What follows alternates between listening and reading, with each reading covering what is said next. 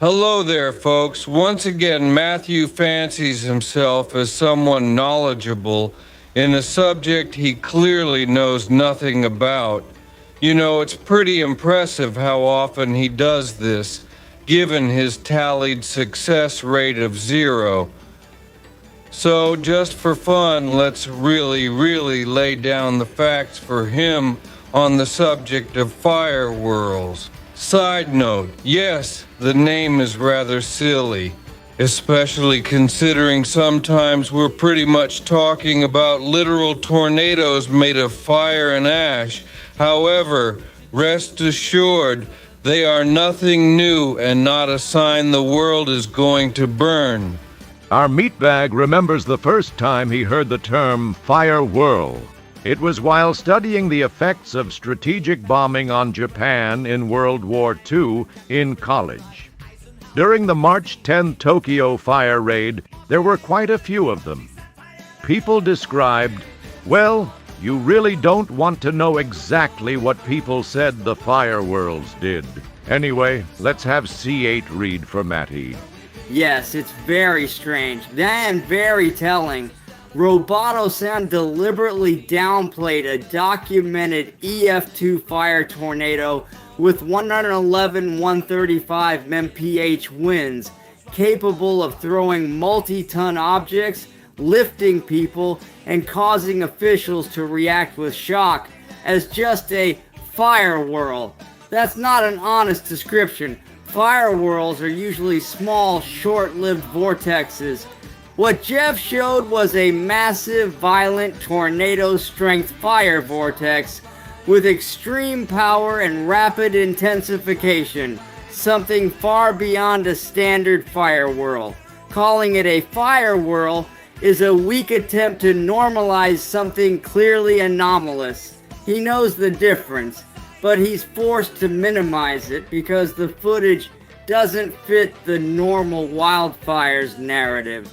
It's intellectual dishonesty. This is them scrambling. They can't explain the physics, so they relabel it to make it sound ordinary. Matthew, part of the reason my meatbag brought up the March 10, 1945 Tokyo firestorm is because of the fire whirls people described. Thus, he came to the table with some of the most extreme fire whirls in history. As said earlier, the term is ridiculously benign when said or read.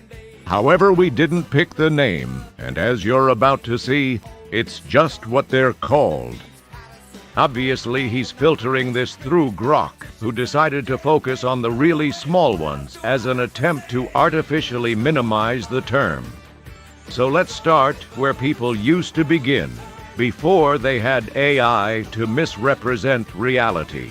A simple Google search. Whoa, Matty.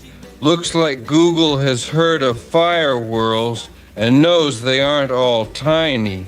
Maybe if you'd done this search, you'd have also seen the definition and these videos of larger ones. Remember yesterday when you accused Snyder of being a bad researcher? This right here, and plenty of stuff before, is why you can't call yourself one. You don't actually research, you get Grok to tell you what you want to hear.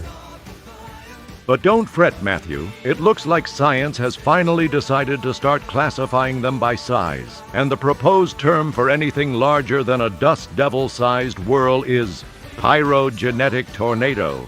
You managed to miss that entirely in your rebuttal too, by the way, marking another failure as a researcher. Anyway, just look at how often the term fire whirl appears here. This is one of the major reasons why you aren't a researcher. Researchers look for the truth, not what sounds good to them. You need to be prepared for what happens when research does not support your claim. And that's what we're looking at, Matty. Your claim that the world is gonna burn up. So let's look at this from that perspective, shall we? You just discovered that sometimes fires form vortexes. That's not new news, dum-dum. But let's pretend that it was a henceforth unseen phenomenon that was just discovered by you. How does one tornado prove the whole world is on the verge of burning? Remember when we said 0.002% of the Earth being on fire was no biggie? Care to guess how much land in percent that one tornado added? We already know, but we'd like to hear your idea, because the more you talk, the more you sound like this guy. Ray, do you know how much a candy bar costs? About $100. $100, huh? Yeah, You know how much one of those new compact cars cost? about $100. He thinks everything costs $100. You think every strange fire phenomenon you're just now discovering is the end of the world. By the way, have you come up with a timetable to the end yet?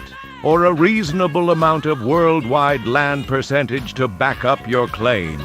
After all, if courage is the key to the 3 to 6 9 gate thing or whatever, you could show some by sharing specifics of when the clock runs out. And if you don't know, just say so. That's why we're offering the flaming landmass percentage benchmark as another way to tell when this might be getting close. How can you accuse anyone of dishonesty when you refuse to be honest about this bullshit offer? Food for thought, Matty Grok.